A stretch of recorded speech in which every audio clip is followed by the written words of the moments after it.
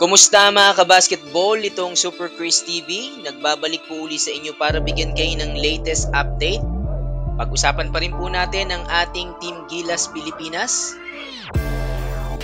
Kabasketball, naghahanap na ngayon ng Barangay Ginebra ng posibleng kapalit. Itong si Justin Brownlee. Dahil hindi na nga po nila iaapila ito pong kaso ni Justin Brownlee sa doping test. Kaya nakakalungkot lang yan mga kabasketball. Ito pong nangyari dito kay Justin Brownlee dahil isipin nyo, nonsense nga naman kung mag-aapila pa sila dito po sa China dahil parehas lang naman po yung sample na inilabas at maaaring yung sample B ay ganun din po ang magiging resulta niyan mga kabasketball.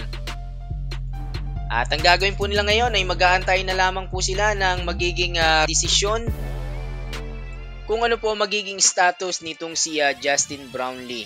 So, imbis po mga kabasketball na mag-apila sila at mag-take pa ng isa pang sample or sample B, mas minabuti na po ng SBP na maghintay na lamang po ng desisyon at magpasa na lamang po itong si Justin Brownlee ng mga dokumento na ipe-present nila dito nga po sa ITA para patunayan na yung pong mga substance na nakita sa kanyang ihi ay dahil lamang po yan sa mga gamot or medicine na ginamit nitong si Justin Brownlee. Kumbaga for medical purpose, meron pong halong possible na cannabis yung pong mga medicine na ginamit dito po kay Justin Brownlee nung siya po ay nag-undergo ng kanyang treatment sa kanya pong injury. So yun mga kabasketball, nakakalungkot doon, no? And possible mga kabasketball na masuspindi na talaga itong si Justin. So depende po yan kung 2 years or mapababa sa 3 months. No? Titignan po nila, iimbestigahan po nila ito pong ipapasang dokumento nitong si Justin Brownlee. Para sa akin mga kabasketball, no, tama itong desisyon nitong SMC at nito pong SBP. So nonsense talaga kung i-retest pa itong si Justin Brownlee dahil dun din naman kukunin yung test or yung sample dun sa may same lang na sample na ipinasa yung ihi. So hindi talaga magbabago yung resulta nun mga kabasketball.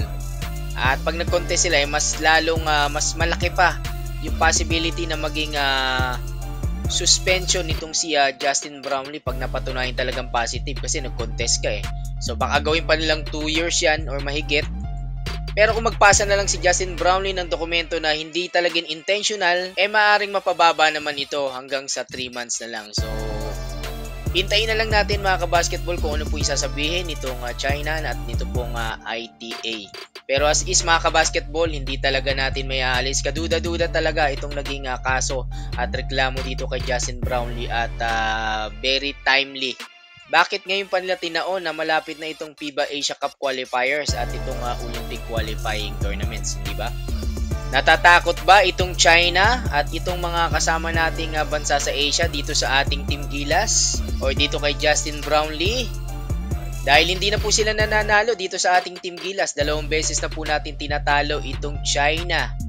And ito pong China, hindi nila matanggap na hindi na po sila yung superpower or powerhouse dito sa Asia. Ayan, matagal na po nag-evolve yung basketball. Ayan, hindi po nila matanggap na marami na pong malalakas na team dito sa Asia. Alam ko ka-basketball, gusto mo mag-comment at meron kang gustong sabihin, mag-like, share, and subscribe ka na rin.